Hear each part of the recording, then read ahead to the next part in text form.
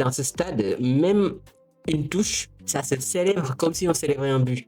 Tu as l'impression que les supporters ont envie de te bouffer tout cru. Et c'est ce qui est arrivé aujourd'hui. Le Barça n'a pas existé. Peu importe le compartiment du jeu, le Barça n'a pas existé, que ça soit dans les tribunes, parce que les supporters du Barça, oui, on les a entendus scander le nom de Pedri une ou deux fois dans le match, mais après ça, ils sont complètement fait éteindre par les supporters de Newcastle. Et honnêtement, ce stade est horrible à jouer. Ce stade est vraiment l'enfer qui pense être. Même moi, dans mon canapé, en train de regarder le match, en fait, j'avais du, comment dire, j'étais un peu mal à l'aise en fait. J'étais mal à l'aise quand je voyais les supporters en train de crier, en train de hurler, comme si en fait ils avaient marqué un but. Alors que non, ils ont juste eu une touche. Honnêtement, je suis content que le Barça se soit sorti vivant de ce stade parce que oui, t'as pas fait les mêmes erreurs que t'as fait lors du match aller contre l'Atlético Madrid, c'est-à-dire que t'es pas venu mettre all-in comme si en fait il n'y avait pas de match de retour.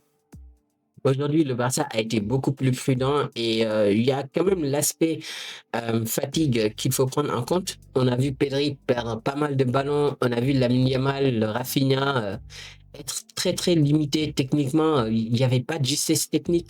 Et ça, en fait, on connaît tous hein, leur talent à ces trois joueurs-là. Pareil aussi avec Fermin Lopez.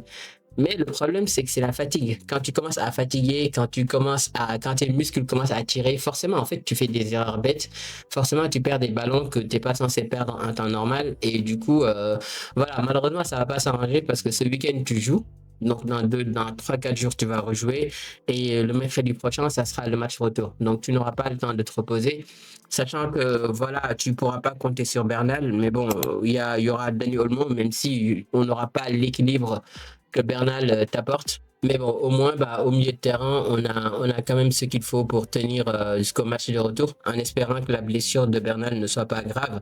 Mais bon, j'ai l'impression que c'est plus une douleur musculaire ou alors une élongation plutôt que voilà sa blessure des ligaments croisés qui a refait surface. Donc ça, au moins, ça rassure.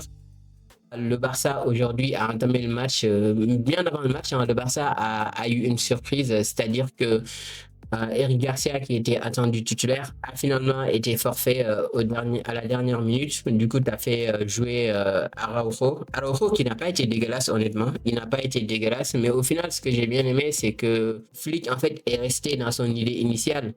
C'est-à-dire, au lieu de décaler Gérard Martin sur le côté gauche, faire jouer Cancelo sur le côté droit et mettre Araujo en axe central, il a gardé son idée de base et mettre Araujo en latéral droit. Et ça, bah, c'est bien. C'est bien pour lui parce que, comme on le sait, hein, il est en manque de confiance totale.